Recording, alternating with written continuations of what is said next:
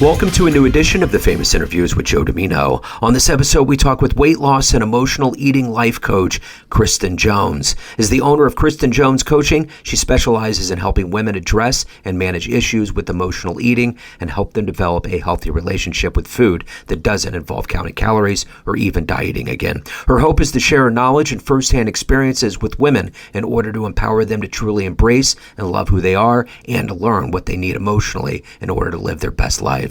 Enjoy this interview. It's great to connect. I appreciate you pivoting. Where are you coming out of? Absolutely. No problem at all. Excellent. Where are you located on the map? I am in California. I love it out there. Excellent. Well, I'm in the middle of the country. I'm in Kansas City, Missouri. Wonderful. How hot is it there? It's not bad. Today it's going to be in the 80s. It's been kind of up in the 90s, upper 90s lately, but we're going to cool off a little bit here this week. Good. That's same as us here. We had a hot streak for a while, and it's a welcome to have it in the 80s. Yeah, for sure. Well, I really like what you're doing as a life coach, helping people with something I think that is more of a part of a national epidemic, so to speak. I think it's more ever present with eating problems. So I'm looking forward to getting into it. But before we do, I want to ask you, 4 years ago with this pandemic, we were all trying to figure out how long it was going to last and how it was going to affect everybody when we got out of it. How did you ultimately make it through that time period, and how did it change the way that you live your life or view things now? Do you mean in relationship to personally or business-wise? I think everything, the Venn diagram kind of goes into itself. So, either or combined, yeah. Okay. I would say, to be totally honest, business-wise, the pandemic was for someone like myself who is helping people with eating issues and emotional eating in particular. The pandemic was in my industry. It was, I hate to say it was the best thing that ever happened, but it was for me. I was in a position of that naturally started occurring so much more for people because people were stuck at home with their families. There was stress. There was no outlet. And so people naturally, I think I would have to guess, I know that eating and people's weight increased. I have to also assume that drinking probably increased and drug use did as well, because all of those things, food included, are all buffering agents and agents that we use as individuals to distract and to avoid certain things that we don't want to deal with. And I think the pandemic brought a lot of that out for a lot of people. So for me, from a business standpoint, my business definitely increased. But for me personally, I felt like it gave me an opportunity to really go more internal, and I really actually got to know myself a lot better during the pandemic because I wasn't doing so much. I was forced to look at things in a very different way, and I had to really focus on myself because I did have to spend a lot of time by myself, and really had to get to know myself in a much better way. So for me, I feel like the pandemic, I'm an introvert by nature, and so the pandemic kind of gave me an opportunity to kind of take a breath and not have to be doing so much in the way of being an extrovert, when in reality it appears as if I'm an extrovert, but I'm really not. I'm really very introverted. So I really learned a lot more about myself during that time, and it ended up being a really positive thing for me. So let's get into the heart and soul of what you do on a daily basis right now in 2024. I'm going to put you in front of a bunch of third graders at Career Day, and one of the kids says, "Hey, what do you do for a living?" How do you answer that child? What I do is I help individuals, women in particular, but I'm not opposed to helping men. I help women understand why they choose to turn to food when their emotions are uncomfortable, and why they use food and are in avoidance of their emotions, why they don't want to look at their emotions. And I help them get to know themselves better so they can be more at peace with themselves and move through their day in a way that works for them in every aspect of their lives. So when you were in the third grade, what did you want to be when you grew up? I wanted to be a real estate agent because I wanted my picture on those signs that hung around the neighborhood. I thought that was super cool. That's great. So that's great. So I'm curious, who's been a hero for you? Who's been somebody that's been an inspiration for your career at work? Gosh, an inspiration for my career. I would have to say it has been my mother, and my mother is a client of mine as well. And I watched my mom. It's why why I had food issues myself, and why I ended up going into this industry was because I watched my mom struggle so much with her weight, and she just so wanted to be able to be okay with who she was, and really worked hard to do it. And I saw what a struggle it was for her, and I admire her so much. And I think it's because there are so many. My mom is probably the most kind, loving person I could ever know in my life, and so accepting and so unconditionally accepting, but struggled to do that with herself. And so it really showed me she's an inspiration to me because she's 86 years old and she's still working on it, and she still wants to become a better version of herself. And I think that's such a testament to the kind of person that she is, and that she's always wanting to know more and to know herself better. And, at 86, she could check out and just be like, I'm just going to accept this is the way I am. And she accepts who she is, but she knows that there are things that she can always be improving and always be working on. So how did you get to a point where you wanted to get into real estate and your career of helping people through their issues and kind of transforming their lives? How did these seeds get planted into you early on to grow into who you are today? It actually didn't happen. It didn't really happen early on. Because I did struggle so much with my own. I mean, I consider myself a gold star emotional eater. I've been emotionally eating probably since I was 7 or 8 years old, and I have always had a really dysfunctional relationship with food. And it wasn't until legitimately, I'd say 6 or 7 years ago that I really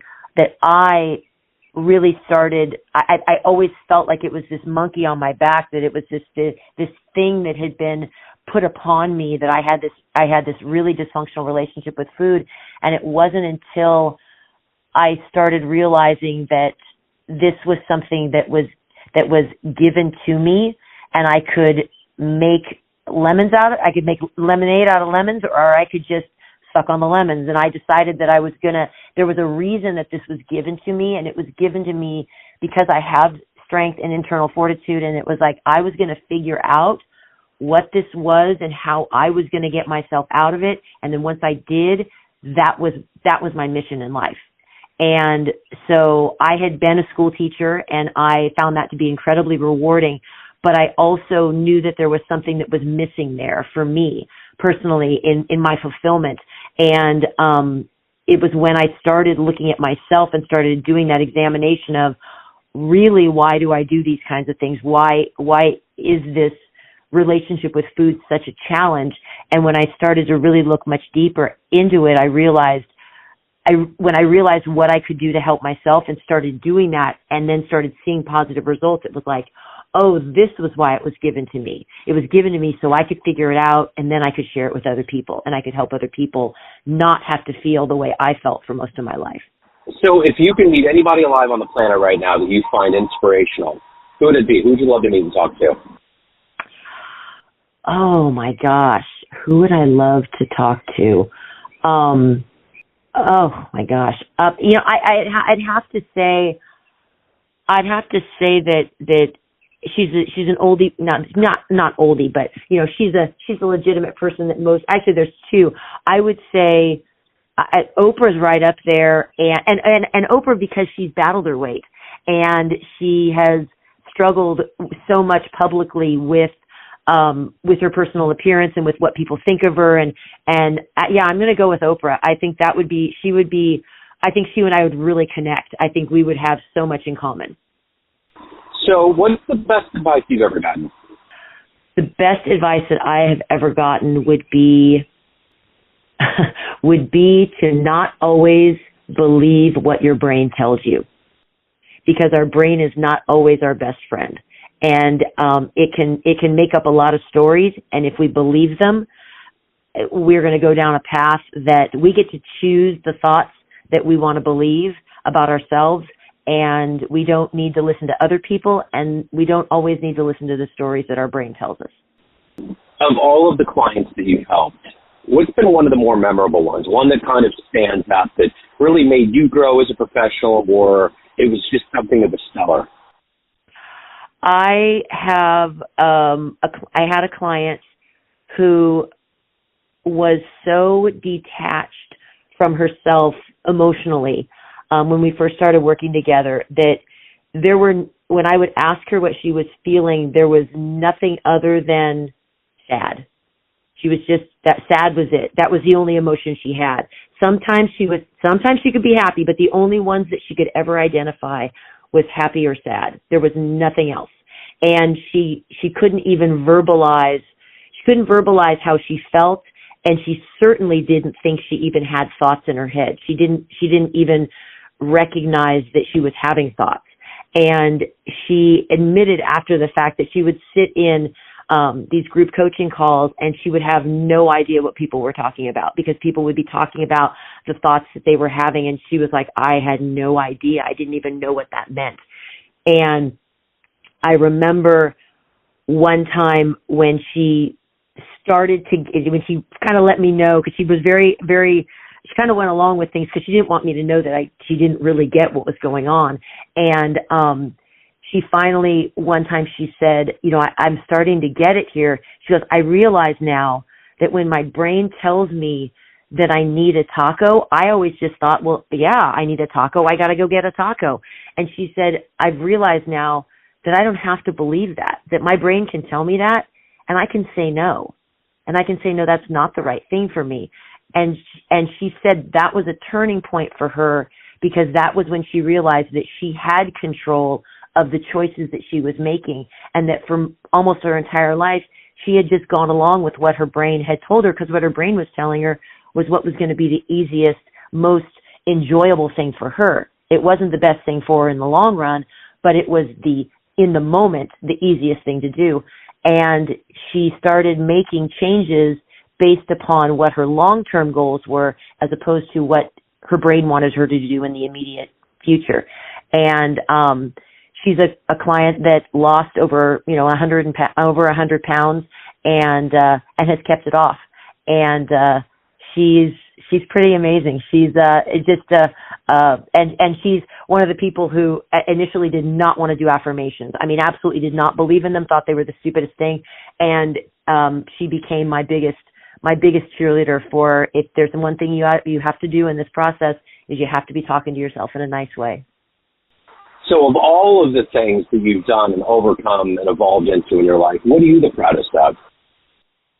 Oh, I would say hands down would be my management of my relationship with food, because it's not my management of my relationship with food is not just that. It's one part of me, but it's me getting to know myself in a much better way, and knowing who I am and knowing my value, and learning to manage my emotional eating that's been the catalyst for me truly evolving into the person that I've always been, but that I didn't realize I was, because of all these other because of these issues that I had, and these issues I had with food. I am most proud of the fact that I have a very healthy relationship with food now.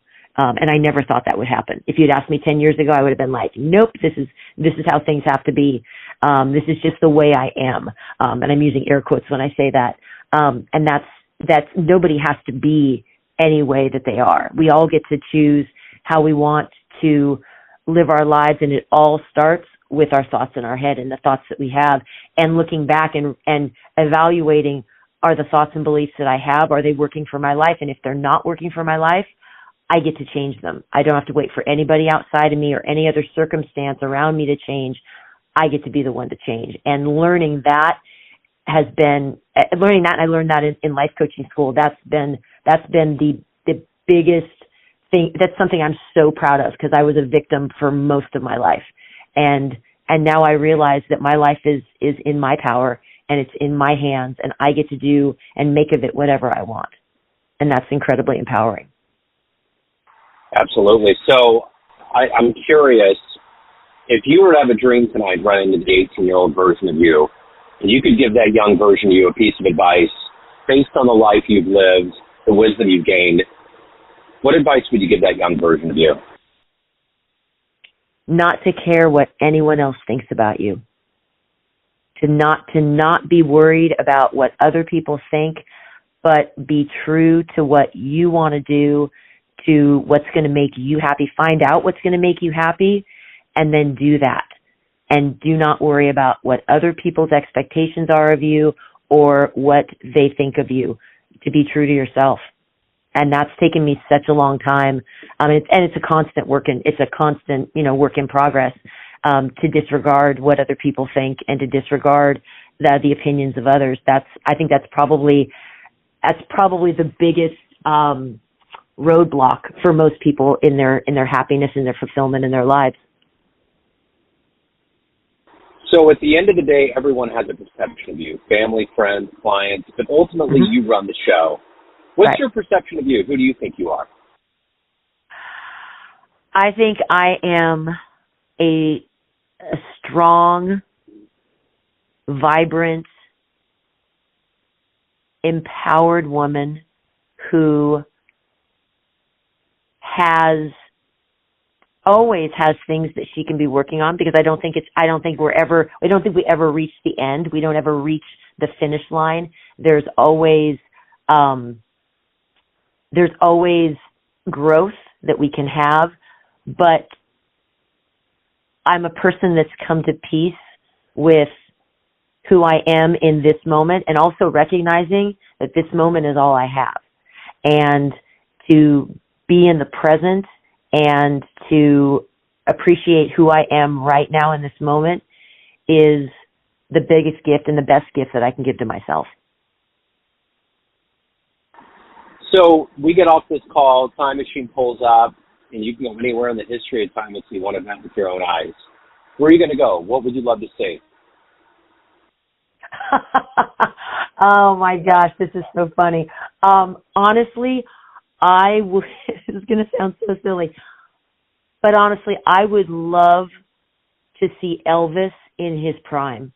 Like not Vegas Elvis at the end of his career, not fat Elvis at the end of his career, but hot, sexy Elvis. Like that's always been something. I grew up with my Nana and Papa, who were from Oklahoma, who I heard nothing but Elvis, and it had to be gospel Elvis, and heard him all of my childhood, and loved watching his cheesy movies. Oh my gosh, I just loved them so much. And that was the one thing. I remember being really sad when he died, because I thought, oh my gosh, I'll never get to see him. I'll never get to see him live, because he was such a presence. And he struggled with addiction. And I think I have a draw to people who struggled with their own internal demons. And those people are people that I'm really drawn to. Wow, what a great answer. So if anyone out there wants to hire you, learn more about you, reach out, any of the good business in your world, where can they go? They can go to KristinJonesCoaching.com, and that is my website, and you will learn all about my philosophy on emotional eating, on weight loss in conjunction with emotional eating. I don't believe in diets, so I'm really about getting in touch with who you are, understanding how your brain works in relationship to how you feel about yourself, and how everything in your life is tied together. And so we don't just look at weight loss as an isolated thing. We look at the person as a whole, and then how we get them to feeling so amazing about themselves.